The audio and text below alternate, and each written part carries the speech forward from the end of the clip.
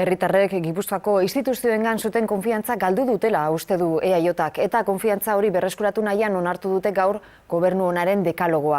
Gardentasuna, partaidetza eta jokabide etikoa dira zutabeak. Bildu Gipuzkoako instituzioak nola kudeatzen dituen ez zaio Eusko Alderdi Jeltzaleari batere gustatzen. Iluntasunean, improvisazioan eta inposaketan oinarritutako kudeaketa omen da. Kudeaketa kaskarra, lidergorik gabeko kudeaketa. Herri bat ez da, egiten borroka eta enfrentementua bultzatuz, baizik eta zubiak eraikiz, eta aleginak bultzatuz.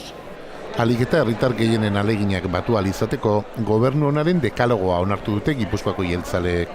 Gardentasuna, parte hartzea eta jokabide etikoa bultzatu nahi dute, kudeaketa zorrotz eta administrazio arinetik abiatuta.